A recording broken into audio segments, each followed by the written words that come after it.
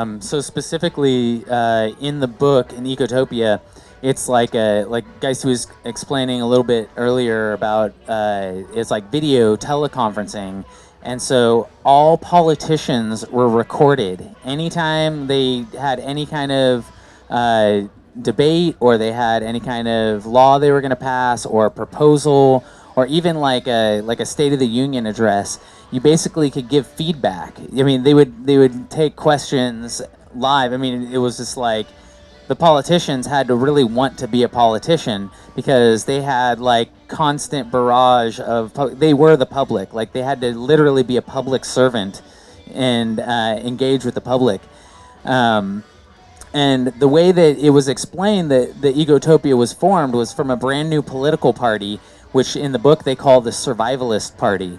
And I think it's pretty interesting, because the term survivalist now is almost a political movement. It's a lot of people that agree with each other from cross spectrum politics. Basically, you have like the libertarians, the anarchists, and the Green Party all coming to this, like, I think mainstream media terms them as preppers, as like doomsday preppers. But really, they're like, how are we going to like survive as humans in this crazy world that these like this that everybody's building, that like the builders, the masons are building. And it's like kind of emerged out of this. And I really think of it as that spectrum where you got libertarian thinkers on the right, you got Green Party on the left, and then you have anarchists that don't want to pick left and right. They don't even want a state structure to name what side of any political wing they are. So they're as like neutral as possible. And you have these groups that all are like across the spectrum, but all agree on so many things and so many ways to express like the freedom of human governance. And have tried all these different styles, and that's kind of what's described in the book as like they basically emerge as this powerful party that comes out on the West Coast, in Washington, Oregon, and California, and they basically sweep the political scene with this brand new party, with these brand new ethics and this new way of governing. And part of this, I think, my own personal take on this, of where it's going and evolving right now, is this program. It's called the website is called Bit Nation, and it's a program called Governance 2.0, and it's a very kind of Bitcoin libertarian-esque kind of view on it, but it's based on sovereignty, the individual sovereignty movement. And you basically can get an ID card by going to a notary public. And so they check to make sure it's you. They look at your picture on your card. They check your signature. You get the little stamp of approval, and then you get a passport for the Bit Nation. You become part of this digital nation that everybody else in the nation is. And once you're part of the nation, you can become an ambassador, and you can represent your bioregion and what you want in your community, and put it up for a vote with everybody else in your community, and you can all come together to build these structures. So it's like a political organization system with no hierarchy, with no upper management. It's everybody coming together to make these choices.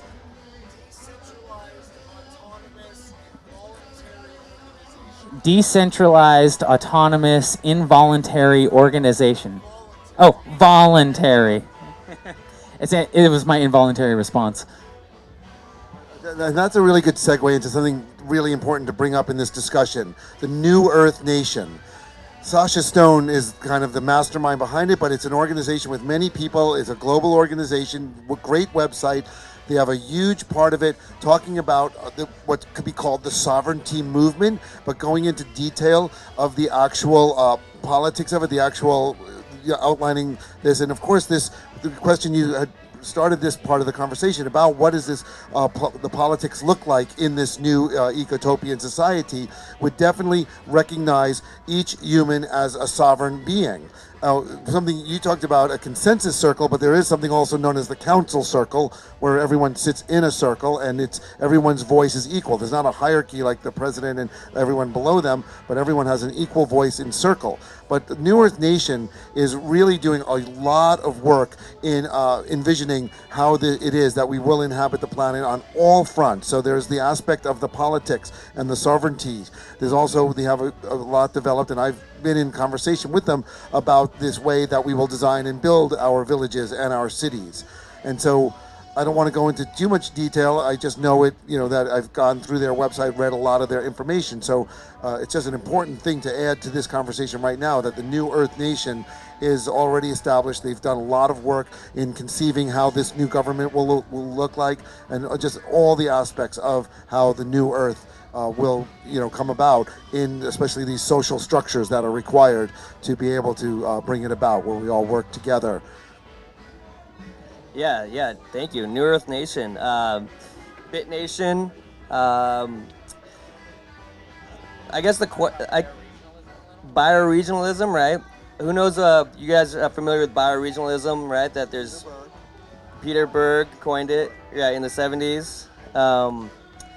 He also wrote books about the Bay Area Green Program. Bioregionalism is the idea that rather than mapping the planet into sections based on arbitrary square borders that just, tyrants have kind of shivvied up for exploitation. Divide a river in half, and then you're on that side of the river. They love to Yeah. divide rivers. Yeah, they Resources. well, and that's actually an important thing to touch on, because there's a guy, John Powell, that created a map as an alternative to North America. And his version of our states as they are today was, I think there was about 12 to 15 regions, and all of the regions had one thing in common, and that is that they shared the same watershed. They shared the same central river that supplied their livelihood, right? If we want to survive the coming era, we're going to need to learn to have a reverence for water. So right now we have this idea that we vote for individuals. We call them politicians, we call them presidents, and in a sense, these are people that look okay, and they generally have a commonality, which is that they have a symmetry. They look good on TV, but what exactly are they doing? Do we want to vote for people that say the things we want them to say to us so that they can revoke them at the moment of inauguration? Or are we trying to achieve something? Is there something we're actually voting for? And so one thing I always talk about is we need to vote for projects, not people, right? So we have the tools that are emerging, Bit Nation and such, New Earth Nation, bioregionalism. We have tools now emerging that are going to allow us to create a tiered structure that allows everyone from rural homestead to village to neighborhood to city to continent to globe. So we can have a tiered structure of issues that are relevant for people in those regions on each of the tiers, and as well as allowing even someone in the middle of the Amazon to vote on global issues. And that just think global, act local. And so as these tools emerge and come to the surface, I hope that we can start voting on things that are relevant, that we're going to actually do, rather than putting someone into a time slot. Yeah, I have a beautiful vision that I like to think of when I think about this, of decentralized systems and how they work. And we can go back to framing it around the human body. So how does the human body work? The liver isn't fighting the brain. The liver's protecting the brain, right? It's filtering out all the chemicals that are going to make you all crazy and wacky. So if your liver's not functioning, your brain has to go, okay, something's wrong here. I got to protect the liver, so I have to make the whole body act a certain way so that it's not taking in these toxins, so that it's not dying, so that I don't die. And this is all goes all the way down to the cellular level. So the organelles basically make up the cells, all the functions of the cell. The cells all work together in a group to create an organ. The organs all work together to create a system, which is the body, which moves around. It's like we got this like floating ocean with all these bacteria and fungi. We got like a internal compost pile inside of us. We get like free ride for the bacteria. All right, we got finally an ocean that can walk around and is got some sunscreen on the outside, so we can do our little dark fermentation processes deep within. And so, if we think about that as the planet, is the whole, then the continents working together with the oceans are like the different organs. And so the cells of those organs are the individual watersheds. All the watersheds are working together to protect each other. So we always like to think about it like, oh, well, the state, the daddy protect us system is always saying, well, as soon as we let these crazy anarchists form their own bioregional system, these little areas, these pockets, what's stopping some Genghis Khan from getting a bunch of these tribes together and coming down and invading these tribes now that they're this, there's like going to be big bioregions and smaller ones depending on the watershed size. So who's going to protect them? You need a big Roman-esque state to protect these, you from these barbarians. Well, what if we're all working together like organelles and there's sensory systems and we can communicate with light speed communication, aka the internet? Now we have a way that everybody around you, all the surrounding cells, they're going to know that these invaders are coming. They're going to, the tingling nerve cells at the end are going to have the first response. So all the bioregions in that path are going to be able to team together quickly and respond to that infection, respond to that virus attacking the system. Wow. Yeah, I'm imagining the planet with limbs as like a little hominid walking around with its compost belly. Thank you. Yeah, the Earth is an organism, right? For all intents and purposes, it's living, it's composting, it's breathing. And I totally wholeheartedly agree that we can create a network based on people voting on what they want to see in healthcare, what they want to see in their food systems. And the question is, right, communication, the dialogue, the bacteria in our bodies can communicate. There's a conversation happening and a dialogue that we might feel with our gut instinct, but we're not necessarily translating. And so the question is communication, and how do we create tools that we have with the internet now, with each pocket of the planet, to allow the dialogue to happen, to allow the consensus to be public. And that, I think, is what the Earth wants to become. The Earth wants to become a collaborative anarchist organism, fully in the homeostasis, allowing all pieces of it and all these crazy hominids on it working in their own regions, adding regeneration. My fantasy is that Gaia birthed the human species to spread life throughout the cosmos. That's, as Harlan brought up earlier, terraquaforming, right? Water and earth regenerating itself. And I believe with tools, voting on projects, we can make terraquaforming happen here and there. I like the point that you're saying, though, this idea of Gaia. Gaia is the name given to the conscious living organism of the entire Earth.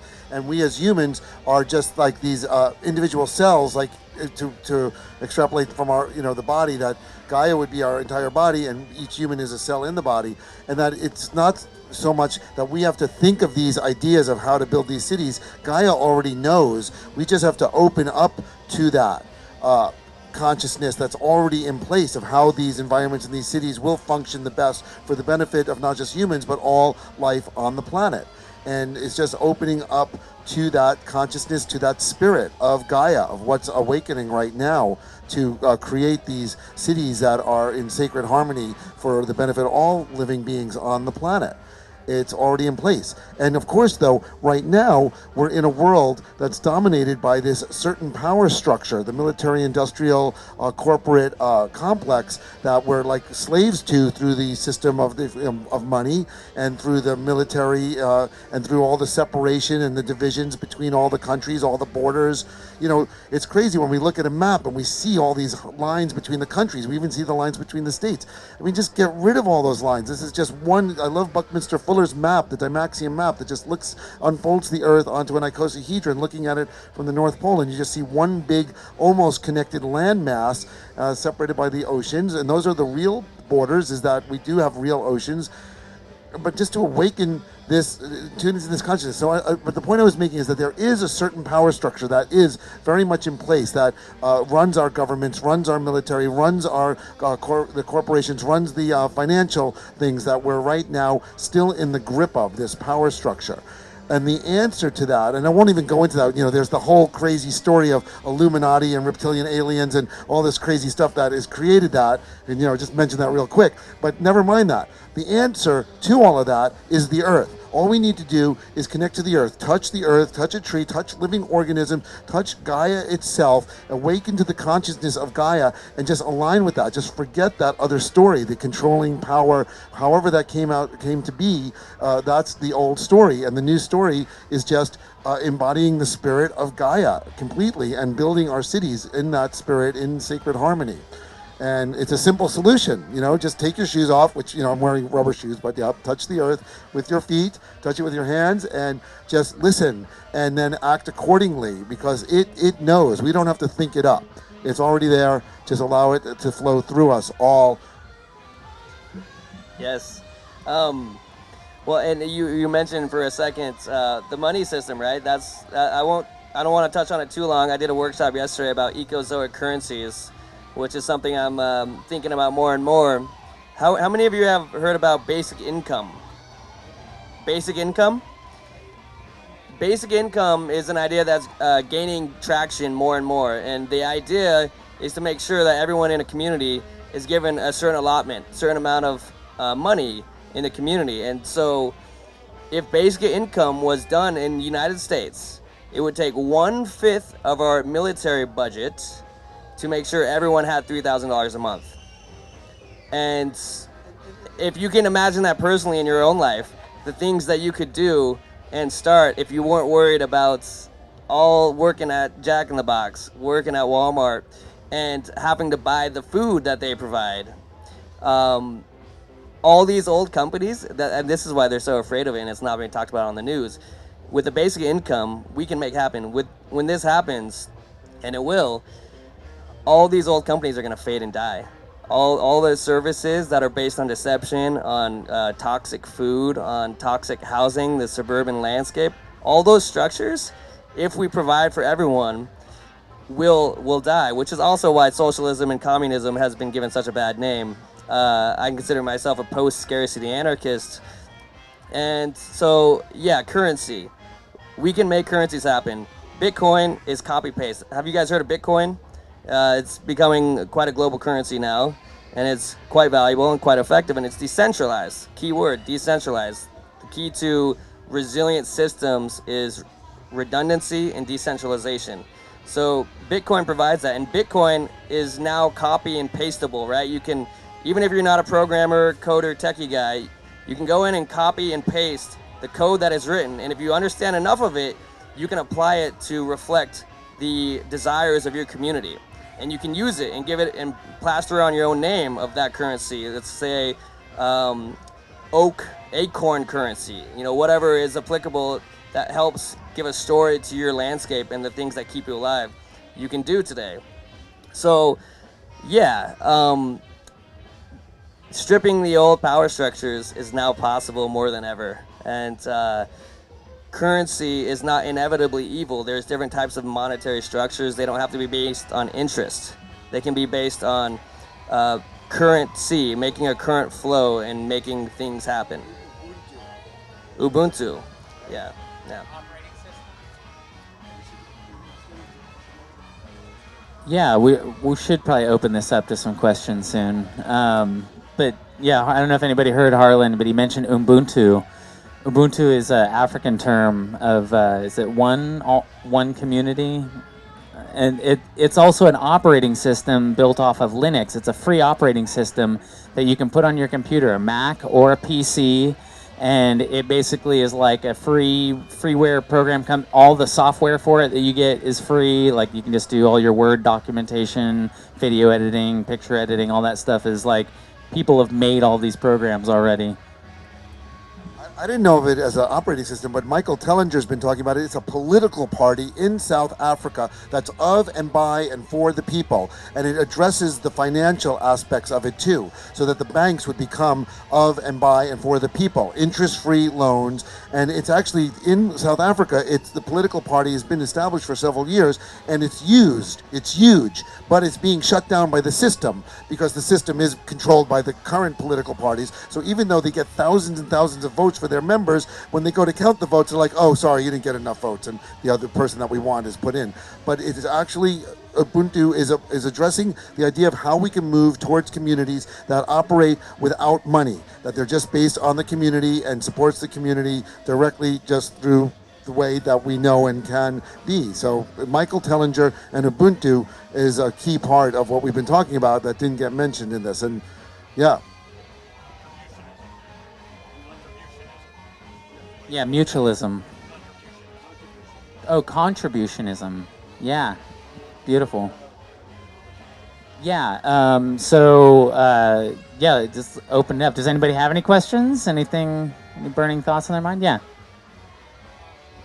Step on up with the mic.